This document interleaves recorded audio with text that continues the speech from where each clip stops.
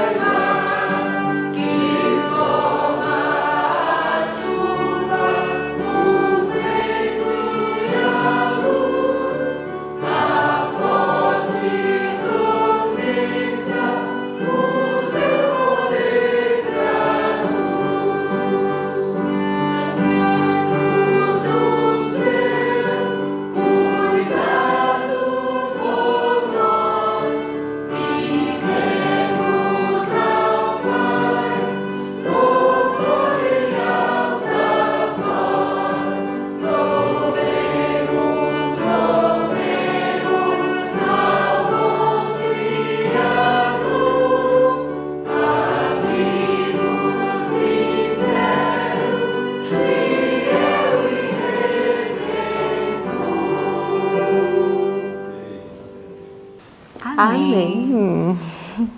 Como é bom louvar ao Senhor. Mas também tem um momento muito importante, que é gravar a palavra de Deus no coração. Quando nós gravamos a palavra de Deus no coração, o Espírito Santo tem mais ferramenta para trabalhar em nossa mente, para nos mostrar o caminho, para nos guiar no caminho certo, não é? E qual é o texto agora, Aninha, que nós estamos gravando essa semana?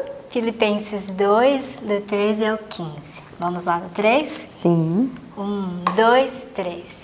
Filipenses 2, do 13 ao 15. Porque Deus é o que opera em vós, tanto querer como efetuar, segundo a sua boa vontade. Fazei todas as coisas sem murmurações nem contendas, para que sejais irrepreensíveis e sinceros, filhos de Deus inculpáveis, no meio de uma geração corrompida e perversa, entre a qual resplandeceis como astros no mundo. Filipenses 2, do 13 ao 15. Filipenses 2, do 13 ao 15. Porque Deus é o que opera em vós, tanto o querer como efetuar, segundo a sua boa vontade. Fazei todas as coisas sem murmurações nem contendas, para que sejais irrepreensíveis e sinceros, filhos de Deus inculpáveis, no meio de uma geração corrompida e perversa, entre a qual resplandeceis como astros no mundo. Filipenses 2, do 13 ao 15. Filipenses 2, do 13 ao 15. Porque Deus é o que opera em vós, tanto o querer como o efetuar, segundo a sua boa vontade. Fazei todas as coisas sem murmurações nem contendas, para que sejais irrepreensíveis e sinceros, filhos de Deus inculpáveis, no meio de uma geração corrompida e perversa, entre a qual resplandeceis como astros no mundo. Filipenses 2, do 13 ao 15. Amém. Que nós possamos resplandecer, né? Sim. E você aí de casa também. Que Deus te abençoe, te dê um dia feliz, cheio de coisas boas na mente para você pensar e que a bênção do Senhor esteja aí na sua casa.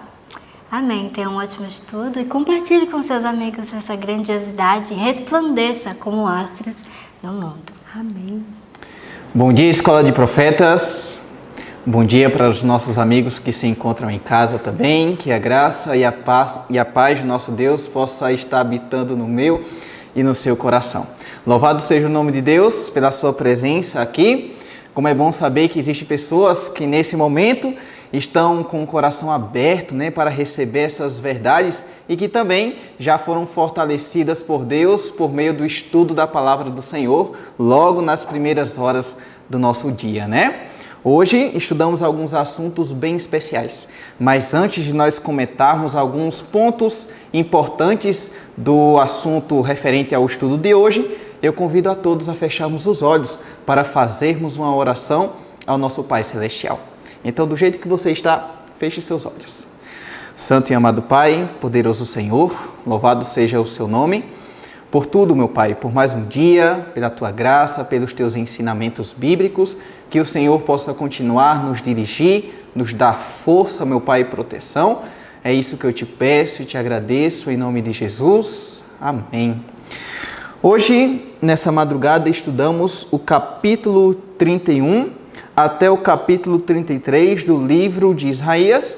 Também estudamos partes do capítulo 2 do livro de Lucas e estudamos o capítulo 8 do livro O Desejado de Todas as Nações, que veio como tema a visita pascual. Mas antes de abordarmos os assuntos referentes ao livro e também ao livro de Lucas, primeiro vamos passar alguns pontos importantes do livro de Isaías, a começar pelo capítulo 31. Aqui veio falando sobre o Egito é homem e não Deus.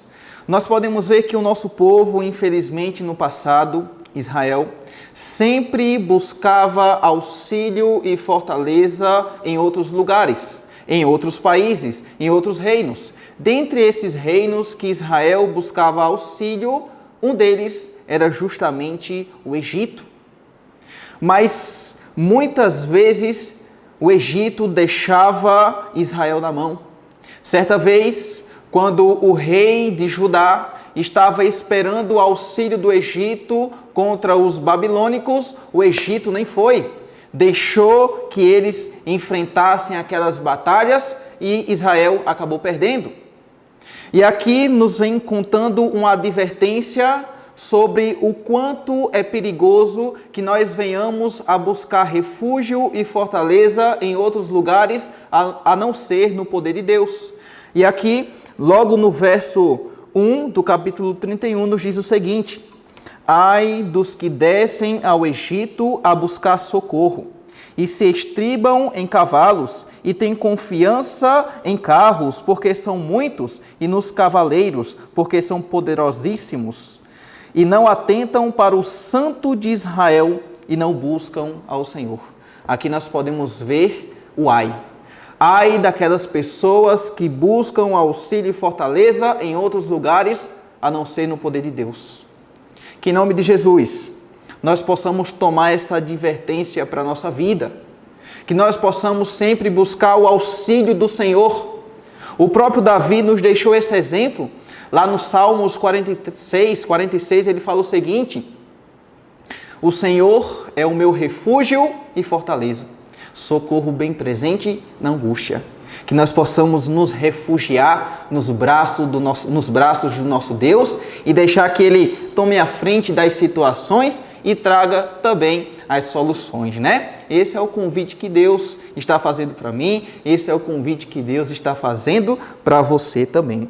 E aqui, logo partindo para o verso 3, nos mostra, né, como é vão buscar o auxílio dessa nação ímpia do Egito. E nos diz o seguinte, verso 3 do capítulo 31.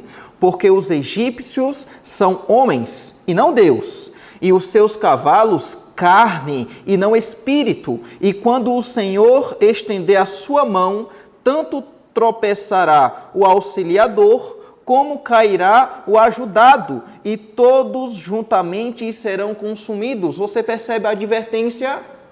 Aqui veio falando que as pessoas que buscam auxílio em outro poder, a não ser o poder de Deus, também será destruído junto com aquele auxiliador, entre aspas. Você percebe o perigo disso? Que em nome de Jesus, nós possamos buscar auxílio nele, que nós possamos buscar a proteção, o socorro nele. Esse é o convite de Jesus para cada um de nós. E aqui no verso 6 nos diz o seguinte: convertei-vos, pois aquele contra quem os filhos de Israel se rebelaram e tão profundamente. Aqui o convite é claro: convertei-vos, se arrependam dos seus pecados, busquem o auxílio verdadeiro, busquem andar verdadeiramente nos caminhos retos do Senhor. É muito perigoso andar na plataforma da desobediência. O plano de Deus para mim e para a sua vida é que nós venhamos a buscar o auxílio nele, a se converter das coisas erradas, dos caminhos errados e sempre fazer o que é certo aos olhos do nosso Senhor. Aqui, no capítulo 32, veio falando a respeito do reinado do justo rei. E quem que é esse justo rei? Com certeza, é o próprio Messias. E nós estamos aguardando esse reino, nós estamos aguardando esse rei chegar para nos levar para esse lugar tão lindo. E nesse lugar, o próprio Isaías fala: habita a justiça. Você já pensou? Morar em um lugar onde verdadeiramente habitará a plena justiça? Aqui na terra, hoje em dia, não é possível. Porque, infelizmente, todos nós somos miseráveis pecadores, temos corações corruptos, corações manchados pela mancha terrível da iniquidade, pela mancha terrível do pecado. Mas a Bíblia fala que quando Jesus vir, quando o Messias chegar em sua segunda vinda, ele vai nos levar para esse lugar onde habitará a justiça, né? Aqui continua falando a respeito das advertências contra as mulheres lá em Jerusalém. Mulheres que estavam praticando abominações, coisas terríveis aos olhos do Senhor. E Deus, ele deixou por meio do seu profeta, né, várias advertências, tanto para essas mulheres, quanto para os homens também que estavam fazendo o que era errado aos olhos do Senhor. Mas, em meio a todas essas advertências, nós podemos ver a misericórdia do Senhor.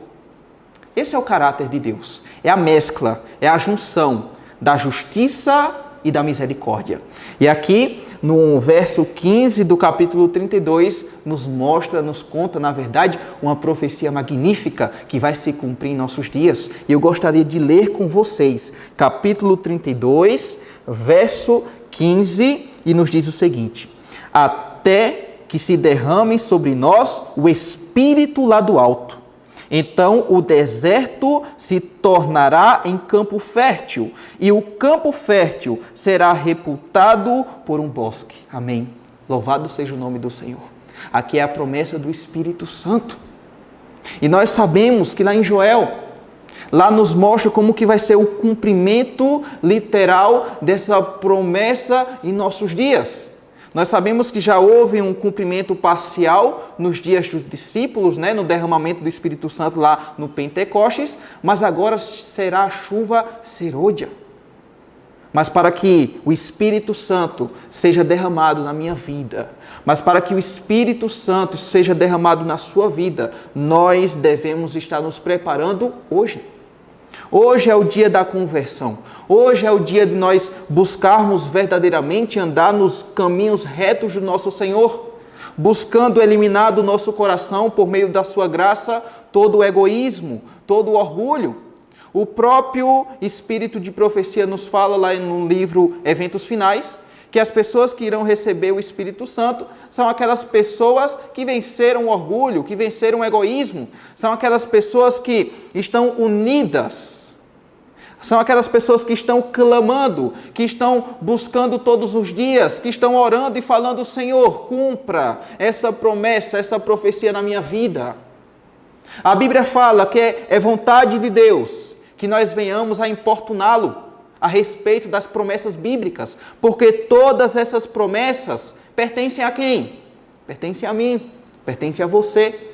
Então que nós possamos clamar, que nós possamos viver também nossas orações para que o Espírito de Deus possa ser derramado em nossas vidas. E nós sabemos que isso vai acontecer antes da volta de Jesus. E nós sabemos também que Jesus está muito perto de voltar. Portanto, essa profecia está muito perto de se cumprir. Então, que nós possamos estar nos consagrando todos os dias para que essa profecia, para que o Espírito Santo seja derramado em nossas vidas. Partindo agora para o capítulo 33, aqui veio falando a respeito da aflição e o livramento de Jerusalém. Quando o povo se arrepende, quando o povo clama, busca a misericórdia do Senhor, Ele atende. Ele ouve as orações. Aqui no verso 2 nos diz o seguinte, ó: Senhor, tem misericórdia de nós. Por ti temos esperado. Sê tu o nosso braço cada manhã, como também a nossa salvação no tempo da tribulação. É seu desejo fazer também essa oração? Senhor, compadece-te de mim, Senhor. Tem misericórdia. Perdoa os meus pecados, Senhor. Me lava. Cria em mim, ó Deus, um coração puro e renova dentro de mim um espírito inabalável. Essa foi a oração que Davi fez a Deus e Deus atendeu. Esse é o desejo também, buscar essa misericórdia do Senhor, buscar essa confissão, essa mudança, essa purificação, essa santificação. Faça isso. Porque nós só poderemos entrar no céu se nós verdadeiramente nos arrependemos dos nossos pecados e verdadeiramente nos entregamos ao Senhor. Essa é a vontade do nosso Deus. E lembra, Ele está disposto a nos perdoar. Lá em 1 João 1,9 fala o seguinte: se nós confessarmos os nossos pecados, Ele é fiel e justo para nos perdoar os pecados e nos purificar de toda a injustiça. E aqui, para nós concluirmos os ensinamentos e os pontos importantes do livro de Isaías, nos capítulos de hoje, né? No final do capítulo 33, nos faz uma pergunta linda. E essa pergunta basicamente é a seguinte: quem poderá habitar nos céus? Qual que vai ser o povo que poderá adentrar nas mansões celestiais? E Isaías, divinamente inspirado pelo Espírito Santo, começa a falar as características desse povo. E que nós possamos lutar para ter essas características. E aqui, a partir do verso 15, do capítulo 33, nos diz o seguinte: as pessoas que habitarão no reino de Deus é o que anda em justiça e o que fala com retidão, o que rejeita o ganho da opressão, o que sacode das suas mãos todo o presente, o que tapa os seus ouvidos para não ouvir falar de derramamento de sangue e fecha os seus olhos para não ver o mal. Vai ser esse povo aqui que vai adentrar nas mansões celestiais. Aquelas pessoas que estão buscando verdadeiramente seguir os exemplos de Cristo, andar nos mesmos passos que o Senhor andou aqui na terra, né? Que nós possamos, em nome de Jesus, lutar todos os dias para ter essas características celestiais. E agora nós vamos partir para o livro O Desejado de Todas as Nações e nós vamos ver alguns pontos muito importantes. Nós sabemos que Jesus, ele agora, de acordo com o contexto e o que nós lemos hoje, estava com 12 anos. E essa idade de 12 anos era bastante significativa para aquele povo, para a nação de Israel, porque quando você se completava 12 anos, a partir dessa idade você poderia participar das festividades, festividades religiosas. Você agora era considerado de maior, digamos assim, você estava passando para uma nova etapa em sua vida. Você agora era considerado filho da lei. E Jesus, ele se encontrava agora nessa idade, né? E nós sabemos que o povo de Israel, eles participavam todos os anos de algumas festividades. E essas festividades eram sete festas. A começar pela Páscoa, as primícias, a festa dos pães asmos, depois vinha o Pentecostes, também a festa das trombetas, o dia da expiação, uma das festas mais importantes de todas, e terminava a festividade anual com a festa dos tabernáculos. E uma das festas mais importantes de todas era justamente a festa da Páscoa. A Páscoa, que ainda é comemorada nos nossos dias, mas muito diferente de como era comemorada nos dias de Jesus. Hoje em dia as pessoas associam a Páscoa como sendo chocolate, como coelho da Páscoa, não é isso? Mas, biblicamente, a Páscoa ela tem um significado muito mais profundo. Páscoa significa libertação por meio do sangue do Cordeiro. E nós sabemos que esse Cordeiro representava quem? O próprio Cristo, o próprio Messias, o próprio Jesus. E nós sabemos que há muito tempo atrás o nosso povo encontrava-se lá no Egito, cativos, e Deus levanta um homem chamado Moisés. E por meio de Moisés, Deus envia agora 10 pragas para que essas pragas pudessem ser recaídas sobre aquela nação e essa nação pudesse deixar o povo de Deus sair lá do Egito. Nós sabemos que 9 pragas foram lançadas. Entretanto, o coração do faraó continuava endurecido. O coração do faraó encontrava-se duro. E mesmo assim, mesmo com tantas manifestações, ele se recusava em permitir que o povo de Deus saísse lá das terras do Egito. E Deus agora veio com a última praga. E essa praga representava a morte de todos os primogênitos. O anjo da morte iria sair voando sobre aquela nação e iria matar todos os primogênitos das pessoas. E para que esse anjo não matasse os filhos de Israel, era necessário que um cordeiro fosse morto e o seu sangue fosse colocado nos umbrais das portas das pessoas que aceitassem esse selo, esse sinal de livramento. E as pessoas que fizeram isso tiveram a vida dos seus filhos poupados, E depois disso, houve a libertação e houve também a consumação desse rito que ficou conhecido como a Páscoa. E Jesus, agora com 12 anos, pela primeira vez teve a oportunidade de comemorar essa festa da libertação tão importante. E aqui na página 78, no primeiro parágrafo, eu gostaria de ler para vocês como que foi essa primeira experiência de Jesus ali no templo para comemorar essa festividade, Pela primeira vez, contemplou o menino Jesus o templo. Viu os sacerdotes de vestes brancas realizando o seu solene ministério.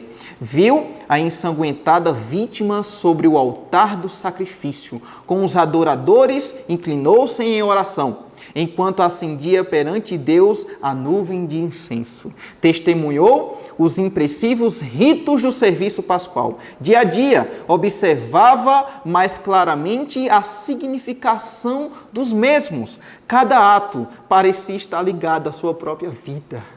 No íntimo, acordava-se-lhes novos impulsos. Silencioso e absorto, parecia estudar a solução de um grande problema. O mistério da sua missão desvendava-se ao Salvador. Quando Jesus, com a idade de 12 anos, começou a ver todos aqueles ritos, Sentimentos agora começaram a ser despertados no coração de Jesus. Ele viu uma representação perfeita naquele cordeiro ensanguentado que estava sendo morto e oferecido como sacrifício. Ali ele viu aspectos da sua missão, do seu chamado. Jesus, com apenas 12 anos, começa a entender a motivação do qual ele se encontrava nessa terra, que era justamente libertar o povo, que era justamente trazer a vida, que era justamente trazer a restauração. Isso é muito interessante. E de acordo com o espírito de profecia, José e Maria, quando levaram Jesus para o templo pela primeira vez, para participar dessa festividade, eles tinham alguns objetivos em especial. Eles queriam que Jesus se associasse com esses mestres, com esses rabinos, e pudessem se deixar ser ensinado pelas ideologias erradas que eles estavam pregando naquele momento, naquela história, naquele período da história. Entretanto, Jesus, ao invés de se deixar se corromper por esses falsos líderes religiosos, ele começou a ensinar a esses líderes. O relato fala que o tempo agora passa. Todos os dias das festividades, Jesus ele procurou ficar sozinho. Deus estava despertando em seu coração justamente esses aspectos da sua missão, e ele estava buscando entender cada vez mais essa situação, até que todos estavam se organizando para voltar para as suas terras natais, e José e Maria, pensando que Jesus estava com seus amigos, com seus colegas, seguindo viagem, percebe que o seu filho não mais se encontra. Eles agora começam a sentir falta do próprio Jesus. E aqui no livro vem nos contando como que foi justamente essa situação. Na página 78, no segundo parágrafo, na verdade no terceiro parágrafo, nos conta mais ou menos como que foi toda essa situação, né? Fala que os pais sentiram falta daquelas mãos voluntárias que estavam sempre a postos, né, para suprir as necessidades dos seus pais, e quando perceberam que Jesus não se encontrava, que Jesus não voltou para dormir na tenda dos seus pais naquela noite, eles perceberam onde que está Jesus? Desapareceu. E agora eles voltam para Jerusalém, e quando eles voltam em Jerusalém, eles agora passam 3 dias à procura de Jesus, e em uma certa oportunidade eles tiveram o privilégio, na verdade, a alegria de ouvir Jesus associado com os rabinos, associado com os líderes religiosos da época. O interessante é que Jesus estava fazendo algumas perguntas que pareciam perguntas inocentes de crianças, mas que tinha uma profundidade grandiosa. O interessante é que Jesus, ele se utilizou de alguns métodos. Jesus, ele não queria passar a impressão de que estava ensinando aqueles líderes religiosos. Jesus, ele foi na simplicidade, ele foi na humildade. E o interessante é que aqueles líderes, aqueles mestres, ficaram tão pasmos, ficaram tão entusiasmados com a sabedoria daquela criança, que queria fazer de Jesus o seu aluno. Entretanto, era Jesus que estava ensinando assuntos grandiosos a respeito das profecias referentes à vinda do Messias. Assuntos com uma profundidade grandiosa que eles nunca tinham imaginado que pudesse se encontrar nos escritos sagrados daquele período. Você percebe a sabedoria dos ensinamentos que Jesus estava passando naquele exato momento. E agora, José e Maria se apresentam ante Jesus com um tipo de repreensão. Jesus, por que você não estava conosco, não ficou conosco? Por que você ficou por aqui? E agora Jesus, ele passa um tipo de uma leve repreensão para os seus pais. E ele fala, cumpre cuidar das coisas do meu pai. Naquele momento, José e Maria ficaram meio que sem entender essa situação, e Jesus pega e aponta para cima.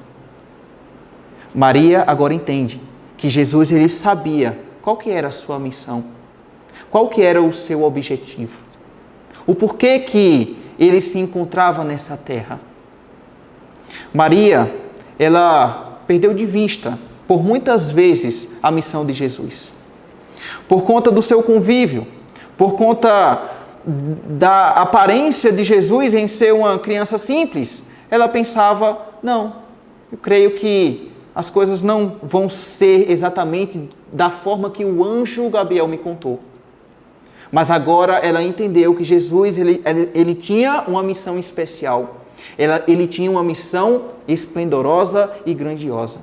E para nós concluirmos, algo que me chamou muito a atenção foi justamente a perda do próprio Jesus. Você percebe que por conta de um descuido, por conta de um descaso, Maria e José perderam Jesus por um dia. E eles acabaram sendo privados da presença de Jesus por 3 dias. E isso ainda acontece em nossos dias. Quando nós negligenciamos a oração, quando nós negligenciamos a busca do nosso Senhor e Salvador, as consequências são terríveis. Nós podemos ficar afastados do Senhor por muito mais tempo. E para recobrar essa comunhão, esse relacionamento, isso pode durar muito tempo. Isso é muito sério. O Espírito de Profecia nos diz o seguinte, o mesmo quanto a nós, por conversas ociosas, por maledicência ou negligência da oração, podemos perder um dia a presença do Salvador e talvez leve muitos dias de dolorosa busca o tornar a achá-lo e reconquistar a paz que perdemos. Que em nome de Jesus nós possamos jamais perdê-lo de vista. Que nós possamos ter e manter um relacionamento vivo e íntimo com o nosso Salvador. E Ellen White, ela apresenta um segredo. Ela apresenta um caminho, uma solução para que nós nunca venhamos a perder Jesus de vista. E isso se encontra aqui na página 83, no último parágrafo, e nos diz o seguinte: far-nos-ia bem passar diariamente 1 hora a refletir sobre a vida de Jesus. Deveremos tomá-la ponto por ponto e deixar que a imaginação se apodere de cada cena, especialmente as finais.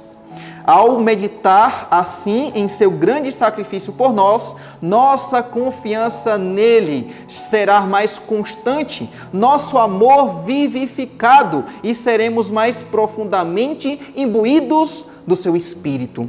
Se queremos ser salvos, afinal, teremos de aprender ao pé da cruz a lição de arrependimento e humilhação.